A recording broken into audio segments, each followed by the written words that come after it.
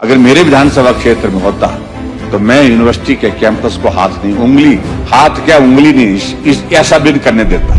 जयराम ठाकुर को गुस्सा आता है, पहले नहीं आता था, मेरी भूमिका है। और जिस भूमिका में आज की तारीख में हूं, और मुकेश जी आजकल शांत हैं, पहले पूरे 5 वर्ष पूरा अशांत रहे। ये हिमाचल बेचने का बहुत बड़ा पाप जो है अपने कल जो माथे पर है, तो बिल्कुल आगे मत रुको, यहीं रुक जाइए। जितना हो गया। बच्चे को कहते कि नहीं ये खिलौना तो सड़क पर लेट जाता है। तो ऐसी स्थिति हमारी सरकार की है। कोई भी सदस्य उसमें उस तरफ से यहाँ बोले जा रहे हैं और कुछ बोले, जो भी बोल रहे हैं ऐसी भाषा में बोल रहे हैं, तो मुख्यमंत्री जी हंसते हैं। क्या विपक्ष होकर विपक्ष के अधिकार या समाप्त कर दिया गया है कि वो खड़े होकर के बात ही नहीं करेंगे? क्या विपक्ष बोलेगा ही कुछ नहीं? क्या विपक्ष पूछेगा ही कुछ नहीं? बात इनका आपने वो वीडियो देख लेना, पूरा सारा हिला हुआ था काम। मैंने आज तय किया था कि मैं नहीं बोलूंगा, लेकिन सबकी बात सुनी। जब मुख्यमंत्री जी की बात सुनी तो मुझे बहुत थोड़ा लगा कि बोलना ही चाहिए। जहां तक नियमों की बात है, नियम सबके लिए है और नियम के मुताबिक ये माननीय सदन चलता है और चलना भी चाहिए, नियम के मुताबिक ही चलना चाहिए। लेकिन उसके बावजूद ये बार बार इस प्रकार से कहना है कि जयराम ठाकुर को गुस्सा आता है, पहले नहीं आता था, मेरी भूमिका है। और जिस भूमिका में आज की तारीख में हूं, और मुकेश जी आजकल शांत हैं, पहले पूरे 5 वर्ष पूरा अशांत रहे। उस भूमिका के तहत मुझे अपना दायित्व का निर्वहन करना है। प्रदेश के हित के जो जितने भी मसले हैं उन मसलों को उठाना है, और स्वाभाविक रूप से उसमें से ऐसे मसले होंगे जो सत्ता पक्ष के अनुरूप के लिए अनुकूल नहीं होंगे। इसलिए उनको लगता है कि ये क्यों बोल दिया, ये क्यों उठा दिया। मुझे लगता है कि ये सारी चीजों को हमको धैर्य से समझना भी होगा, और इसके समाधान की दृष्टि से जिस प्रकार से आपने कहा कि चलो छोड़ो आगे बढ़ना चाहिए, मैं उस दिशा में आगे बढ़ करके बात करता हूं। और विशेष तौर से अध्यक्ष महोदय, विशेष तौर से फिर जब कंक्लूड हो गई चीजें, उसके बाद फिर हट फिर करके आपको थोड़ा फिर से प्रवोक करने की दिशा में पुरानी यादें ताजा करने की कोशिश, अगर पुरानी यादें ताजा करने लगे इस सदन में, हमने पिछले 27 वर्षों में क्या क्या चीजें देखी हैं, फिर तो बहुत चीजें निकलेंगी उसमें। जब चीजें समाप्त हो गई है तो मुझे लगता है कि आगे बढ़ना चाहिए। हमारा अध्यक्ष महोदय विषय इस तरह था, पहले जब नेगी जी बोल रहे थे, मेरे पड़ोसी हैं, इनको रेवेन्यू पर रिप्लाई, उस डिस्कशन का रिप्लाई इनको करना था।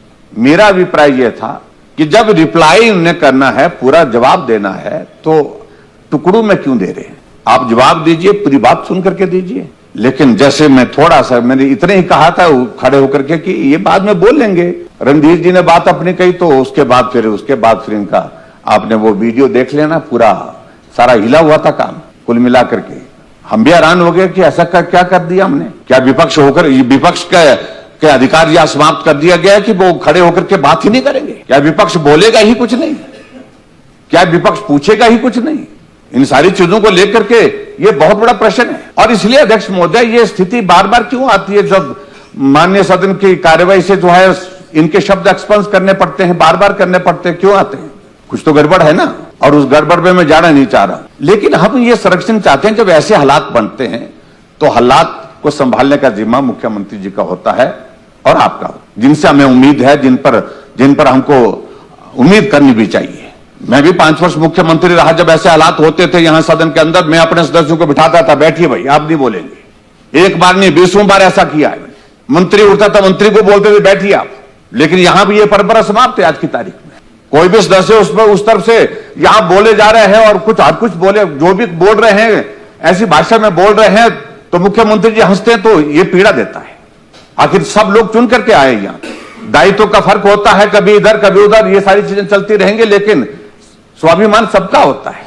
इसलिए सदन के नेता होने के नाते मुख्यमंत्री जी को उस वक्त इंटरवीन करना चाहिए था। ये मेरी एक्सपेक्टेशन थी, मेरी एक उम्मीद थी, जिस उम्मीद पर आप नहीं खरे उतरे। इसलिए इस सारी चीज को लेकर के मैं सिर्फ इतना ही कहना चाह रहा हूं, और आगे के लिए इन सारी चीजों का ध्यान रखना चाहिए हमको। Thank you.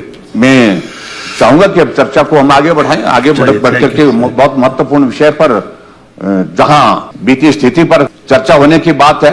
ये सदन चल रहा है अध्यक्ष महोदय, इस सदन में इस विषय को लेकर के चर्चा नहीं हो पाई है, लेकिन पूरा देश चर्चा कर चुका है कि हिमाचल प्रदेश में कर्मचारियों को सैलरी नहीं मिली, पेंशन को पेंशन नहीं मिली, पूरे हालात पर चर्चा। भाई अभी रुकिए जरा, लेकिन ये हालात, ये तभी हमने गलत क्या पूछा? अगर हमने कोई ऐसा कोई पॉलिटिकल इश्यू उठाया होता, सबसे पहले जब सदन चल रहा है तो सबसे पहले प्रदेश की आर्थिक स्थिति के हालात की जानकारी लेने का अधिकार अगर है तो इस माननीय सदन को है। इससे डिप्राइव किया है आपने। सबसे पहले यह चर्चा होनी चाहिए थी। यह दुर्भाग्यपूर्ण है और इसलिए अध्यक्ष महोदय, जो भी है, अब आज चर्चा है, इस चर्चा पर हम अपनी बात कहेंगे, लेकिन मेरा इतना जरूर है कि नियम सब पर रहते हैं, विपक्ष पर भी और सत्ता पक्ष पर भी। और सत्ता पक्ष के लिए संयम बहुत आवश्यक है, ये बता रहा हूं मैं आपको, संयम बहुत आवश्यक है। विपक्ष की एक भूमिका है, लेकिन सत्ता पक्ष की भूमिका यह है कि सदन व्यवस्थित ढंग से संचालित हो, इसमें सहयोग करें अध्यक्ष महोदय जी का। और ये दायित्व तो ज्यादा आपके ऊपर है, जिसका निर्वहन आप नहीं कर रहे हैं, ये मैं आपके माध्यम से यहां कहना चाहता हूं। धन्यवाद। माननीय अध्यक्ष महोदय, मैं देख रहा हूं कि वर्तमान सरकार का एक काम करने का एक ये तरीका है, वजिद होकर के जिद करना, और जिद भी बालक की तरह करना। कोई बच्चा बाजार में से जाता है, खिलौने की दुकान उसको दिखती है तो जिद करके खिलौना लेने के लिए वो कहता है। जब उसके पेरेंट्स बच्चे को कहते हैं कि नहीं ये खिलौना, तो सड़क पर लेट जाता है। तो ऐसी स्थिति हमारी सरकार की है। बनी हुई चीज के लिए ऐसा सोचना, नया बनाओ, बड़ा बनाओ, अच्छा बनाओ, भव्य बनाओ, लेकिन बनी हुई चीज को बर्बाद करना, मैं तो बर्बाद ही शब्द कहूंगा इसको, ये अच्छी बात नहीं है। और सही मायने में ये बहुत बड़ी एक त्रुटि रह गई है, बहुत बड़ी गलती रह गई है। ये यूनिवर्सिटी की लैंड यूनिवर्सिटी के नाम होनी चाहिए थी, ये सरकार के नाम पर रखनी नहीं चाहिए थी। यही तो आप पता कर लेना जरा, यही तो दिक्कत है। तभी तो इस डिपार्टमेंट को आप थोड़ा वेरीफाई कर लेना, मुझे बता देना। अध्यक्ष महोदय, हमने भी धर्मशाला में एक ग्लोबल इन्वेस्टर मीट की थी, जिसमें प्रधानमंत्री जी भी आए थे। निश्चित रूप से धर्मशाला, पालमपुर ये ऐसा इलाका है, एक टूरिज्म के लिए बहुत पोटेंशियल, और बहुत सारे लोग जो बाहर से आए थे वो भी इस बात को कह रहे थे घूमने फिरने के बाद कि हमको यहां जमीन दीजिए, यहां जमीन दीजिए। ये यूनिवर्सिटी वाला प्रस्ताव पहली बार नहीं, ये कई बार हमारे सामने भी कई लोगों ने रखा, हमने 2 टुक शब्दों में मना किया था। आपकी जानकारी के लिए, अब मेरे पास अगर वो कागज होंगे तो मैं बताऊंगा, मैं कोशिश करूंगा। आग्रह किया था यहां दी जाए, लेकिन आप दूसरी जगह क्यों नहीं तलाशते? जमीन आपके पास उपलब्ध है वहां पर, लेकिन यूनिवर्सिटी की ही जमीन क्यों? और दूसरी बात अध्यक्ष बहुत सबसे इंपॉर्टेंट चीज ये है कि दोनों चीजें, टूरिज्म विलेज और यूनिवर्सिटी, बिल्कुल ये एक दूसरे के साथ कहीं भी कनेक्ट नहीं होते हैं। कॉन्ट्राडिक्टरी है, बहुत कॉन्ट्राडिक्टरी है। यूनिवर्सिटी में एक एटमॉस्फेयर चाहिए आपको पढ़ने के लिए, एक माहौल चाहिए, और उस कैंपस में दूसरी कोई इंटरफेरेंस नहीं चाहिए, ताकि बच्चे वहां रिसर्च कर सके, पढ़ाई कर सके, और उसके बाद जो है देश दुनिया में अच्छा काम कर सके। और उसी में ही टूरिज्म विलेज अगर बनाने की बात आती है तो स्वाभाविक रूप से एक्टिविटीज क्या होंगी, वहां टूरिस्ट आएगा, वो अपने आनंद के लिए आएगा, उसे म्यूजिक भी चाहिए, संगीत भी चाहिए, उसके घूमने फिरने के लिए जगह भी चाहिए, उसके लिए उसका जो है अपना जीवन का जो टूरिस्ट पैसा दे करके खर्च करने के लिए आता है, वो अपने स्टाइल से रहता है। वहां उसका खाना पीना रहना सब कुछ अलग तरह का होता है, क्योंकि वो टूरिस्ट के नाते आया होता है, घूमने आया होता है। और एजुकेशन कैंपस के साथ इसका कैसे आप तालमेल बनाए? बनता ही नहीं, बिल्कुल कॉन्ट्रास्ट है, बिल्कुल कॉन्ट्रास्ट है। और इसलिए इस बात को तो सोचना ही पाप है, मैं कह रहा हूं, और पाप ही नहीं, घोर पाप है ये जो होने जा रहे हैं। और दूसरी बात, जहां ऑप्शन दे रहे हैं, हम थोड़ी विरोध कर रहे हैं टूरिज्म को, तो हम अभिनंदन, मैं इस बात को लेकर के इस बात का पक्ष दे रहा हूं कि बहुत बड़ा पोटेंशियल टूरिज्म का हमारे कांगड़ा डिस्ट्रिक्ट में है, पर्टिकुलर पालमपुर में, धर्मशाला में, जितना भी आप कर सकते हैं टूरिज्म के लिए वो करना चाहिए। लेकिन यही करना है, अभी करना है, आज ही करना है, इस जिद को ठीक नहीं मानता मैं, ये नुकसानदायक है। और एजुकेशन खासतौर से, हम तो छोटा सा एक यूनिट हमने दिया था तो यहां नारे लगे थे पूरे कि बेच दिया, हिमाचल पूरा बेच दिया, ऐसा करके जुलूस निकाल करके बाहर निकल गए थे यहां से, सदन से, जबकि हमने कुछ भी नहीं बेचा। और ये तो सीधी बात है, किसी जो लोग आएंगे बाहर से आएंगे, वो इन्वेस्ट करेंगे, और शायद मुझे लगता है कि पता नहीं देश के भी होंगे या नहीं होंगे, या देश के बाहर के लोगों को बेच रहे हैं। ये तो और भी चिंता का विषय है। इसलिए अध्यक्ष महोदय, ये चीज बिल्कुल करने लायक नहीं है।